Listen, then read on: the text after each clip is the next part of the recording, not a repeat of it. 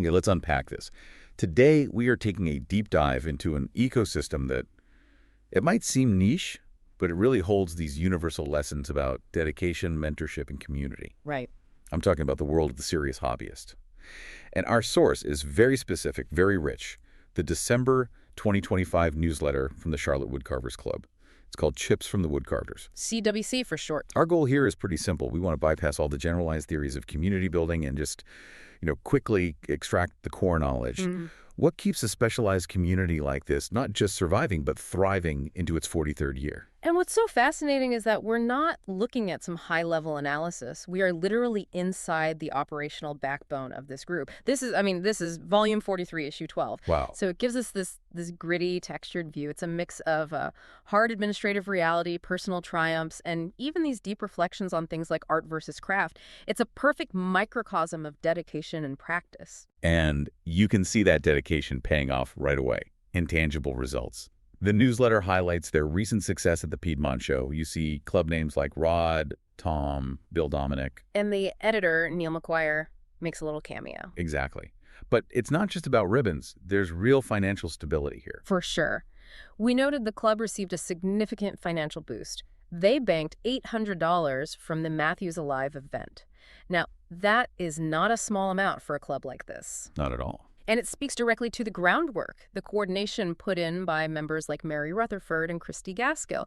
It shows their outreach is, actually converting into resources that fuel the club. Well, to sustain that kind of success for 4 decades, you need more than just passion. You need infrastructure. So let's start there. The operational backbone. Logistics, tech, governance. It seems like a mature club has to be willing to change its systems. It has to keep up with technology, even if the membership base might trend a little older. That willingness to adapt, I think, is a huge insight for any organization. Okay, and this is where it gets really interesting.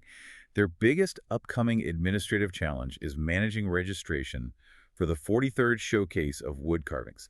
That's coming up in April 2026. And the theme is great. It's fantastic. HELP. I need somebody. And that showcase is driving a major logistics shift. You see this member, Mike Linnon, who's leveraging his IT background to automate the whole registration process. This isn't just about convenience. No, it's about reducing friction, right? Exactly. Reducing confusion. They make it very clear why they're changing. They're moving away from PayPal. Because it was confusing for a lot of members. Yeah, especially when processing credit cards. So they're transitioning to Square for the show. It's a classic example of an organization prioritizing the user experience, even if it means all this complex work behind the scenes. And registration opens on December 1st. But it's not just about forms, right? The organizational structure is also about celebrating excellence. Well, you have to. You have to set those aspirational standards. We see a lot of shout-outs for achievements that, encourage the whole membership. Like Pat Coffey.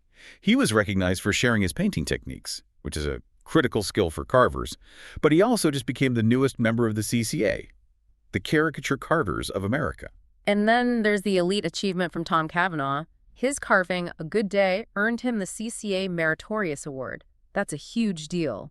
So why does the CCA matter so much? What is it? It defines mastery. The CCA is this exclusive, invitation-only group, the absolute top of the field in the country. Tom's award is it's like placing him in a wood carving hall of fame. And other CWC members are already in it. Yes. Kevin Applegate, Mitch Cartilage, Pat Coffey. So the club provides a community where that level of skill is mentored and modeled, which is just essential for vitality. That model of mastery often starts really simply, though, just a sharp knife and a piece of wood. And that's a perfect lead-in to this next section. We have a fantastic personal profile on a member named Jim Horn. Jim Horn's story is the perfect example of how a casual necessity can evolve into a lifelong passion. He grew up on a Kansas farm. And get this. Because they fed 6,000 bales of hay a year, everyone carried a sharp pocket knife. It wasn't a hobby. It was a tool. It was just essential equipment. He says he doesn't even remember starting to whittle. But we can trace his first real project back to 1957. He's a high school freshman. He carves these little Western boot key fobs from old orange crates for his 7 cousins. I love that. So you see the transition right there, from a functional tool to making personalized gifts. Yep. And like so many hobbies, it had a long break. His career pushed carving aside for years, but But the passion, it comes roaring back in 2003 when his first grandchild was born. That's a beautiful connection. It is. It started this annual tradition of carving an ornament for each of his 5 grandkids. And now that they're growing up, it's evolving into making college graduation presents. So the craft is always tied to his family. And his interests are all over the place. I mean, he started with realistic birds and animals, but then through the club, he expanded caricatures, figures, cottonwood bark. He's also proficient in chip carving and pyrography. Pyrography. That's wood burning, right? That's it, yeah. Basically drawing on wood with heat. It shows his expanding skill set. And he carves almost everything, but the newsletter notes he has one hard limit. He dislikes anything reptilian. Uh-huh. Funny little detail. And the man is productive. At one point, he entered 52 pieces in 18 categories at one show. That's incredible devotion. And that impulse to create isn't just with wood. His other lifelong hobby is metalworking, welding. So his hands have always been about creation. Always.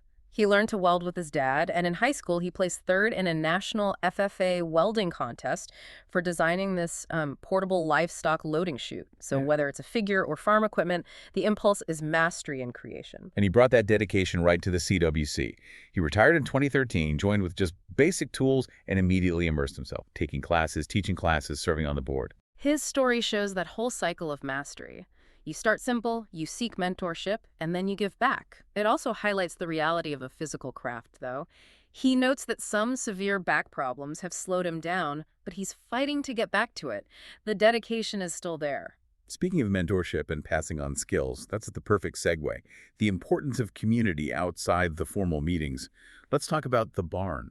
The barn is, well, frankly, it's an incredible model of grassroots education, and it started with one dedicated beginner, a guy named Jerry Clark. Jerry's story is fantastic. He's a long-haul truck driver who only started carving 3 years ago.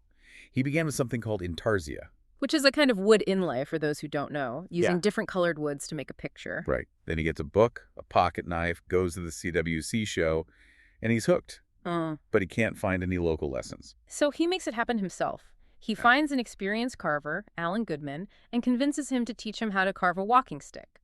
But he hits a wall pretty fast. His own shop is too small to host more than a few students. And this is where the community really kicks in. A friend, Ken Bandley, steps up and offers his barn in Maiden, North Carolina, free of charge. For 2 years. For 2 years, specifically to promote wood carving. That is a huge, selfless commitment. It's not just a space either. It's a structured academy. Classes run from March to December, 9 to 5 on weekends. And look at the business model. It costs about $55 a day, plus the roughouts, the raw blocks of wood. And the instructor gets all the proceeds. All of it. This is purely about skill transfer, not about making a profit for the facility. And they keep that social element strong. They do hot dog lunches for a small donation, emphasizing fellowship. But you can't just show up. You have to get a spot through Jerry Clark, who works to fill the classes. And the quality of instruction, it's a testament to the club's whole network. The instructors are a who's who. Alan Goodman, Mitch Cartledge, Pat Coffey, Kevin Applegate. The same CCA level names we mentioned earlier. Exactly. They're all giving back their time at the barn. It shows that mentorship is, it's almost the price of admission for mastery. That entire model passion to mastery to mentorship, it raises this deeper question that the newsletter actually tackles head-on in a piece called Think About It.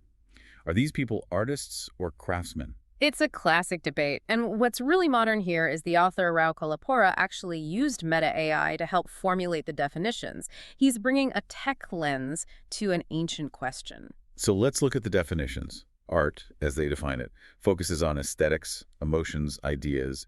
It can be abstract, it can be conceptual, it might have no functional purpose at all. Just designed to make you feel something. Right. Contrast that with craft. Craft emphasizes skill, technique, and functionality. It's about creating tangible, usable items. Pottery, furniture, carved figures. It can be decorative, sure, but its value is often tied to its technical execution. And that distinction carries over to the people themselves. The artist is focused on expression, evoking emotion, challenging perceptions. While the craftsman is all about skill, precision, attention to detail, mastering and preserving those traditional techniques. For a woodcarver, that's the tension, isn't it? Yeah. Are you trying to express a unique vision, or are you striving for perfect technical accuracy? I think the most successful ones, like those CCA members, find that sweet spot right in between. And the newsletter makes the point that both are essential for self-expression, for the therapeutic benefits, and for cultural preservation, making sure those skills don't just vanish. And keeping with that idea of purpose, the club moves seamlessly from philosophical reflection right back to physical action, especially during the holidays. That community involvement is relentless. We saw CWC members doing outreach on December 1st, a carving demo, and a soap carving project with a new troupe of Trail Life boys. That's active recruitment. It's teaching hands-on skills to the next generation. For sure. They also keep up their local visibility. You have members like Bill, Robert, Rocky, and Richard braving the cold for the last Saturday of the Matthews Farmers Market. Just being present matters. And the holiday focus is really about giving back. Their winter social on December 13th wasn't just a party. It included a big donations drive for an organization called Nourish Up. And Nourish Up is doing serious work. They provided groceries to more than 124,000 people in Mecklenburg County just this year. That scale is huge. So the club is leveraging their own gathering for wider community support. Exactly. The dedication they cultivate in the carding shop, that commitment to precision and seeing a project through it, transfers directly to civic purpose. And finally, we get to the editor's message from Neil McGuire. He offers this very thoughtful reflection on the historical progression of the promise leading up to Christmas. What's powerful here isn't just the references, but the theme he's tracing. He starts with the earliest promise in Genesis 3.15, the prophecy that one would crush the serpent's head. Then he moves to the specifics, Micah 5.2 foretelling the birth in Bethlehem, and Isaiah 7.15 prophesying the miraculous birth. But he doesn't just leave it at the joy of the nativity. He connects the cradle to the cross, citing Isaiah 53.7, which describes the Messiah being led like a lamb to the slaughter. He's impartially conveying the editor's perspective that the holiday's joy is tied to a serious reality of sacrifice. So we've covered everything from fundraisers, successes, and IT automation to the tension between art and craft. What does all this mean for us, the outside learner? Well, I think the key takeaway is that whether you label it art or craft, the pursuit of mastery is inseparable from community, mentorship, and purpose. The longevity of this club proves that individual achievement, winning a CCA award, it only sustains itself if it's constantly channeled back into teaching others, like at the barn, and supporting the wider community. What stands out to you? For me, I'm inspired by that story of Jim Horn. That journey from just whittling to keep a knife sharp on a Kansas farm to later teaching classes and serving on the board of a major organization. It just shows how a personal passion can build a community success. And this raises an important question for you, the listener, no matter what your field is. We tend to celebrate the finished product, right? The art, the big success story. But based on what it takes to build something like the Charlotte Woodcarvers Club or an initiative like the Barn, which is ultimately more important for sustained growth, the quality of the individual craft or the strength of the community that fosters it, that's a lesson worth chiseling out some time to think about.